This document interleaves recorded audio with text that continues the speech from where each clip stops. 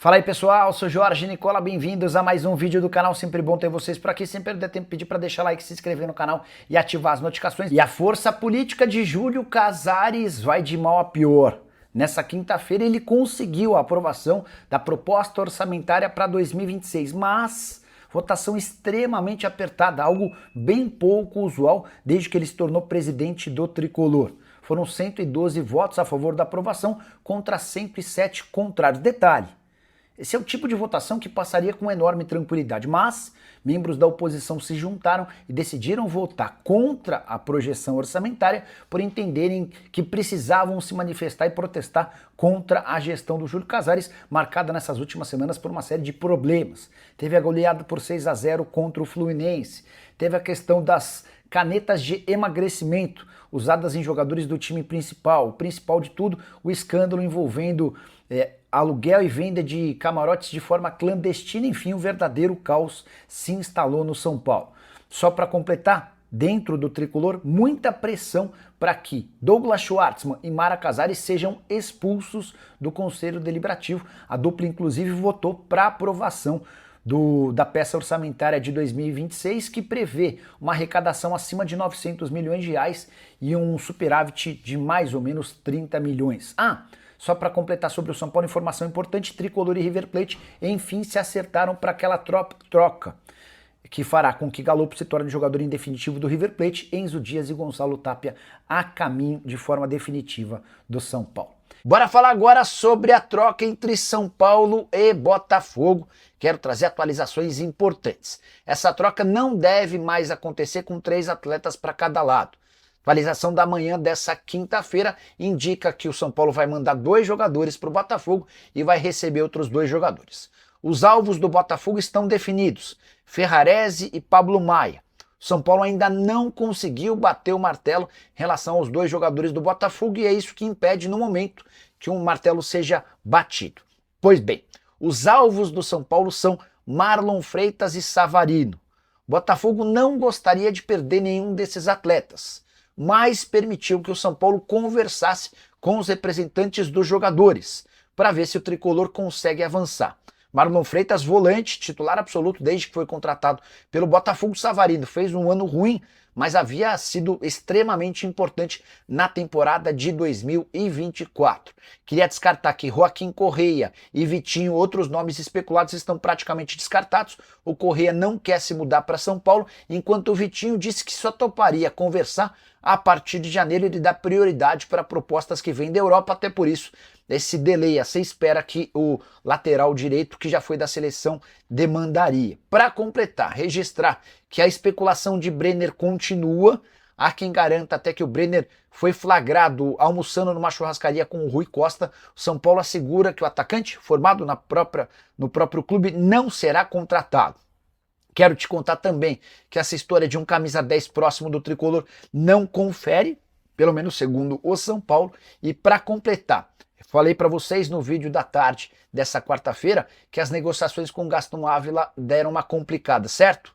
Pois bem, o Antwerp da Bélgica e um time da Major League Soccer entraram em contato com a Ajax para também avançar na contratação do zagueiro argentino de 24 anos de idade. Quero falar agora sobre o São Paulo. Vazou a projeção financeira do Tricolor para 2026. Nessa quarta-feira, numa reunião marcada por protestos fora do estádio, conselheiros foram apresentados aos números que o São Paulo imagina para 2026. Eles têm até a noite dessa quinta-feira para votarem a favor ou contra. Há um movimento, inclusive, de opositores para reprovar essa peça, não tanto por conta dos números, mas como forma de protesto em relação à gestão de Júlio Casares. Queria apresentar para vocês o que o São Paulo imagina para o próximo ano no que diz respeito a finanças. Receitas do São Paulo devem bater na casa dos 932 milhões de reais, um pouquinho menos do que o São Paulo vai fechar em 2025, quando o Tricolor estima ser capaz de arrecadar 970 milhões de reais. Em relação a despesas, falei 932 milhões de receita para o ano que vem, despesas de 894 milhões, o que garantiria um superávit ou um lucro de 38 milhões de reais no próximo ano. São Paulo espera arrecadar com seu departamento de futebol 487 milhões de reais. O restante da receita viria com shows, estádio, patrocínios, direitos de transmissão, bilheteria, entre outras arrecadações. Para completar, também está escrito nessa projeção orçamentária a necessidade de o tricolor faturar 180 milhões de reais com vendas de atletas. Quero fechar essa participação, esse boletim sobre o São Paulo para contar que as despesas com o profissional devem girar na casa dos 542 milhões de reais, mais 59 milhões com categorias de base. Que nota você dá de 0 a 10 para a atual gestão do tricolor? Já usa o espaço para comentário e registra a sua opinião, beleza? Preciso te atualizar agora sobre o São Paulo, novidades a respeito de reforços para o tricolor. A primeira informação não é boa. São Paulo e Ajax não avançaram na transferência de Gastón Ávila, zagueiro argentino de 24 anos de idade que esteve emprestado ao Fortaleza em 2025. São Paulo havia sugerido ao Ajax mesmo modelo de negociação, empréstimo de uma temporada com metade dos salários pagos por cada um dos times. O Ávila ganha 720 mil reais por mês. Na tarde dessa quarta-feira, consegui a informação com uma pessoa do São Paulo de que as tratativas esfriaram. O Ajax não tem demonstrado muita intenção em liberar o jogador por empréstimo. A ideia seria algo relacionado à venda e o São Paulo não pretende fazer um investimento de algo na casa dos 6 milhões de euros. Era essa a opção de compra que o Fortaleza tinha. Diante desse cenário, o São Paulo talvez precise esperar. Pela falta de propostas de compra do Gastón Ávila junto ao Ajax, para que o tricolor possa, em algumas semanas, retomar essas conversas e buscar um empréstimo do jogador.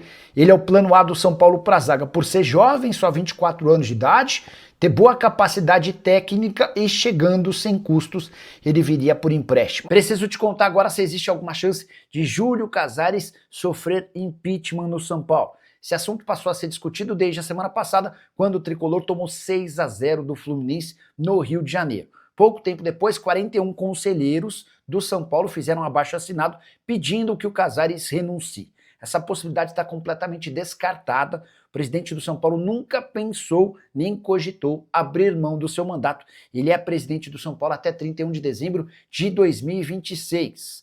Queria contar ainda que o Casares está animado com as notícias que virão daqui para frente. São Paulo deve fechar a temporada com redução da sua dívida total, que nesse momento é de 55 milhões de reais, além de registrar superávit pela primeira vez em bastante tempo. Mas, dentro do São Paulo, a campanha pela saída do presidente continua. Durante o último final de semana, sócios levaram uma faixa e a mostraram dentro da sede social do clube, exigindo a saída do Casares.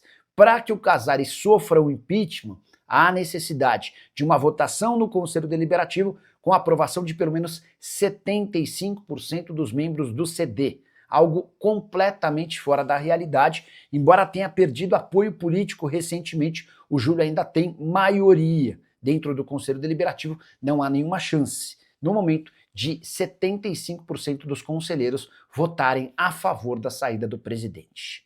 Hora de falar sobre o São Paulo. Júlio Casares tenta um contra-ataque para tirar o São Paulo da crise. Muito criticado, com protestos e até pedidos de impeachment, Júlio reuniu conselheiros da situação, grupo de coalizão, para uma reunião de 3 horas. Nesse debate, os conselheiros exigiram medidas em relação ao último escândalo envolvendo a venda de camarotes de forma clandestina.